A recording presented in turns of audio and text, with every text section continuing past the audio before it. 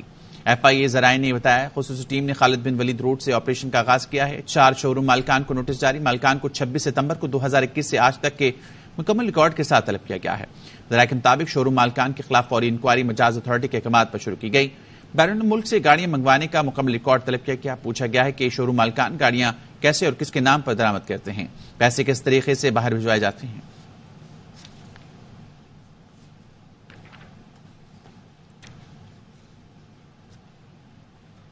لاڑکانہ میں ضلع انتظامیہ کے ذخیرہ اندوزوں کے خلاف مختلف مقامات پر کارروائیاں. گودام سے 7,000 گھی کے کارٹن، 600 چینی کی بوریاں برآمد. کارروائی کے دوران کھاد کی 4,000 اور خراب گندم کی 350 بوریاں بھی برآمد ہوئی. ضلع انتظامیہ کہنے ہیں ذخیرہ اندوزی کرنے پر 2 گوداموں کو سیل بھی کیا گیا.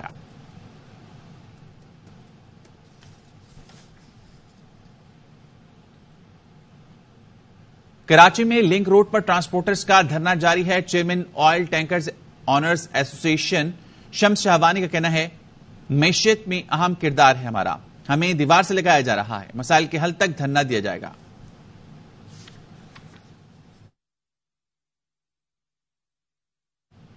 کسٹمز خوددار نے اسمگلنگ کی کوشش ناکام بنا کر کروڑوں روپے کی مالیت کی اشیاء ضبط کر لی. خزدار کے علاقے سوراب میں اسمگلرز کے خلاف کارروائی کرتے ہوئے 5 کروڑ روپے سے زائد مالیت کا غیر ملکی سامان برآمد کیا. کلیکٹر کسٹم عمران بخاری نے بتایا ضبط کیے گئے سامان میں بھاری مقدار میں چھالیاں، مسالہ جات، بھارتی گٹکا، ڈرائی فروٹ اور ٹائر شامل ہیں.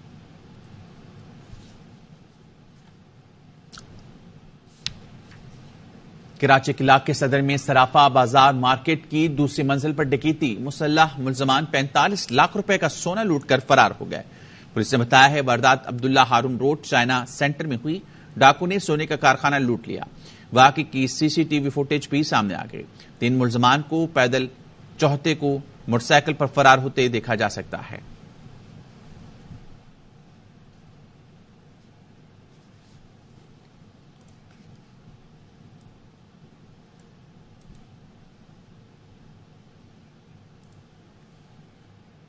کراچی میں رات گئے 2 صحافیوں سمیت متعدد افراد لٹ گئے. 3 پولیس مقابلوں میں 3 ملزمان گرفتار، 4 فرار. پولیس کے مطابق بلوچ کالونی پل کے قریب ڈاکو نے 2 صحافیوں سمیت کئی افراد کو لوٹ لیا.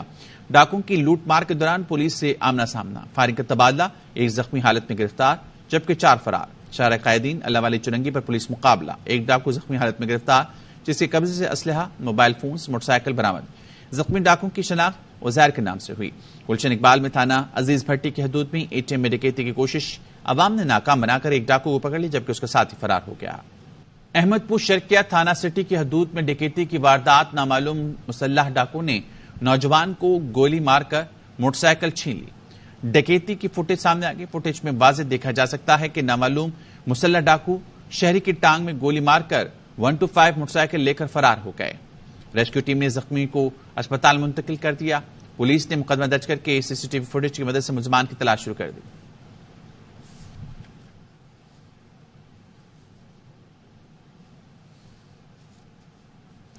ٹنڈوالہ یار میں راما پیر میلے میں آنے والے یاتریوں کو ڈاکو نے لوٹ لیا۔ پولیس حکام کے مطابق ڈکیتی قبا اسٹاپ کے مقام پر ہوئی۔ یاتریوں کا کہنا ہے کہ مسلح افراد نے ان سے نقدی اور فون چھین کر انہیں تشدد کا نشانہ بنایا۔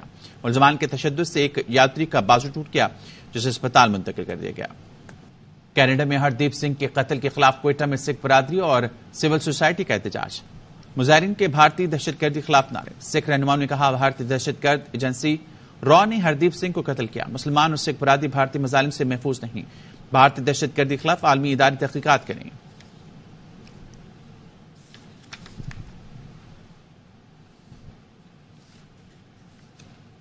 بھارتی ٹی وی چینل پر کینیڈا کو ایٹمی حملے کی دھمکی۔ ارنب گوسوامی کے چینل ریپبلک پر ایک تجزیہ کار نے کہا کینیڈین وزیر اعظم جسٹن ٹروڈو کی حیثیت کیا ہے؟ انڈیا سے 10 سب میرین جائیں گی اور کینیڈا پر نیوکلیر حملہ کر دیں گے۔ پاکستان اور ازبکستان کے درمیان تجارتی حجم 25 کروڑ سے بڑھ کر $1 ارب سالانہ تک جا سکتا ہے۔ رپورٹ کریں گے لاہور سے محمد مظہر اقبال۔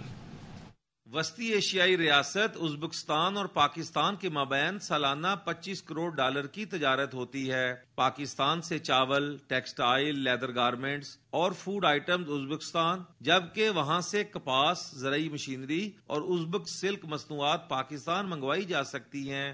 ایکسپورٹ کے حوالے سے وہاں رائس ہے، رائس ہے، فارماسیوٹیکل ہے، اس کے اندر ٹیکسٹائل سیکٹر ہے اور دیگر مصنوعات ہیں جس کو ہم اس مارکیٹ میں اگر ہم اپنا انٹروڈیوس کرائیں تو ہمارے ایکسپورٹ کے جو ہدف ہیں وہ مزید اچھے ہو سکتے ہیں۔ کاروباری طبقہ کا حکومت سے مطالبہ ہے کہ تجارتی حجم بڑھانے کے لیے پاکستان سے ازبکستان کے لیے ڈائریکٹ پروازیں چلائی جائیں۔ ابھی کوئی فلائٹ نہیں ہے، ازبک بھی نہیں آ رہی۔ اس وقت فلائٹ دبئی وایا دبئی جانا پڑتا ہے یا وایا ٹرکش جانا پڑتا ہے، یا قزاق ایئر کھل گئی ہے تو وایا قزاقستان ہے۔ اگر فلائٹ کھل جائے تو صرف 1.5 گھنٹے کی فلائٹ ہے۔ حکومت اگر توجہ دے تو پاکستان میں تاریخی عمارات اور سیاحتی مقامات ازبکستان کے عوام کی توجہ کا مرکز بن سکتے ہیں، جس سے پاکستانی زر مبادلہ کے ذخائر میں اضافہ ہوگا۔ کیمرہ مین میاں ناظم کے ساتھ محمد مظہر اقبال، ARY نیوز، لاہور۔